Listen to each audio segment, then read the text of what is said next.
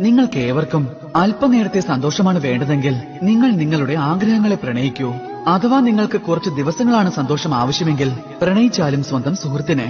എന്നാൽ നിങ്ങൾക്ക് കുറച്ച് മാസങ്ങളോളം അല്ലെങ്കിൽ കുറച്ച് വർഷങ്ങളോളം സന്തോഷം ആവശ്യമുണ്ടെങ്കിൽ എങ്കിൽ ഉറപ്പായും പ്രണയിക്കൂ സ്വന്തം കുടുംബത്തെ, അമ്മയെ, അച്ഛനെ, സ്വന്തം കുഞ്ഞുങ്ങളെ, ഭാര്യയെ, ഭർത്താവിനെ.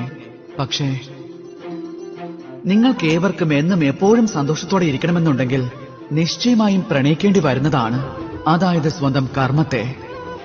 കാരണം ബന്ധങ്ങളെല്ലാം അങ്ങനെയാണ്, എപ്പോഴെങ്കിലും തകർന്നു പോവുക തന്നെ ചെയ്യും. പിന്നെ ഈ പ്രപഞ്ചവും ഉറപ്പായും അങ്ങനെയാണ്. ആരെയാണോ ഒപ്പം കൂട്ടുന്നത് അവരെ എല്ലാവരെയും ഉറപ്പായും ഉപേക്ഷിക്കും. എന്നാൽ ഈ കർമ്മം ഒന്ന് മാത്രമാണ് ഒരിക്കലും നിങ്ങളെ ഉപേക്ഷിച്ചു പോകാത്തത്.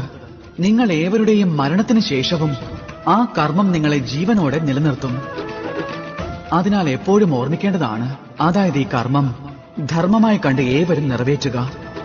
ജീവിതയാത്രയുടെ അവസാന നിമിഷം വരെയും കർമ്മത്തെ പ്രണയിച്ചുകൊണ്ടേയിരിക്കുക. ജീവിതത്തിന്റെ അവസാന നിമിഷം വരെയും സുഖമായി കഴിയുക. പിന്നെ ഞാൻ എപ്പോഴും പറയാറുണ്ട്, നിങ്ങൾ എപ്പോഴും കർമ്മം ചെയ്യണമെന്ന്. ഫലത്തെപ്പറ്റി ചിന്തിക്കുവാനേ പാടില്ല. അപ്പോൾ ഏവരും വന്ന് എന്നോടൊപ്പം സ്നേഹത്തോടെ പറഞ്ഞാലും രാധേ രാധേ.